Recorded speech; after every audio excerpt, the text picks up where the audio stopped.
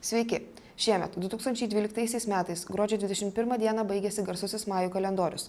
Apie tai, kaip Vilniaus universiteto matematikos ir informatikos fakulteto studentai nusprendė sutikti apokalipsę, plačiau papasakos Midi TV reporteris Deividas.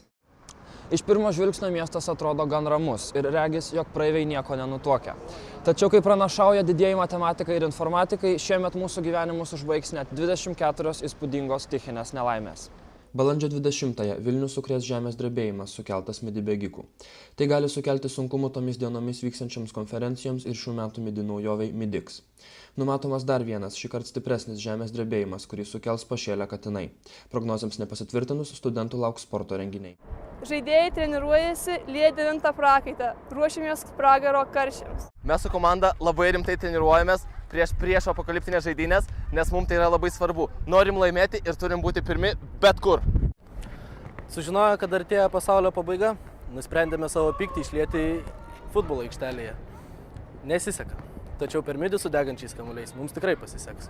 Dideliu greičiu populiarėjant stalo futbolui, studentai turės ko gero paskutinę galimybę varžytis šio žaidimo turnyre.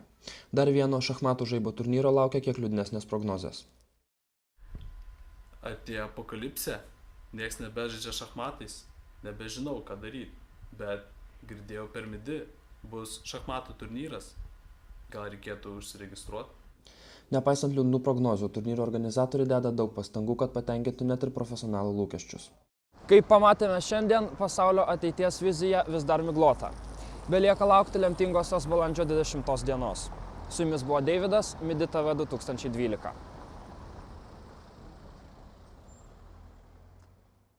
Ką tik mūsų studiją pasiekė svarbi žinia.